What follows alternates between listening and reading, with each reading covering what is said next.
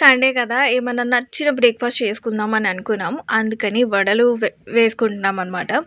జనరల్‌గా నాకు, మా మమ్మీకి వడలంటే చాలా ఇష్టం. మా తమ్ముడికి పూరీలంటే ఇష్టం.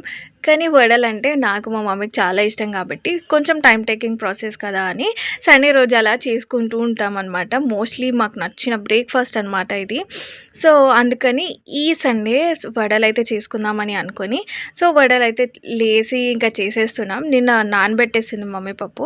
సో, మార్నింగే రుబ్బేసుకొని, అవన్నీ కట్ చేసేసుకొని వడలైతే వేసుకుంటున్నాము. ఇంకా ఇలాంటి బ్రేక్‌ఫాస్ట్ చేస్తూ ఉంటే ఆకలి స్టార్ట్ అయిపోతూ ఉంటుంది. ఎందుకంటే మనకు నచ్చిన బ్రేక్‌ఫాస్ట్, మనకు నచ్చిన ఐటెమ్ చూస్తే ఆబ్వియస్‌గా ఆకలి వేస్తుంది గదా! సో, నాకు ఆకలి వేస్తుందనమాట.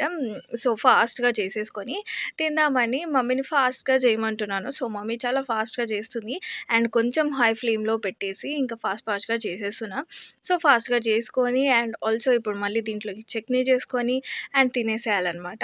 సో, కొంచెం టైం పడుతుంది. మనకు నచ్చిన ఫుడ్ కావాలంటే కొంచెం నిరీక్షణ తప్పదు కాబట్టి సో, వెయిట్ చేస్తున్నాను. సో, చట్నీ అయితే కంప్లీట్ అయిపోయింది. ఇట్స్ రెడీ ఫర్ సర్వింగ్ అనమాట.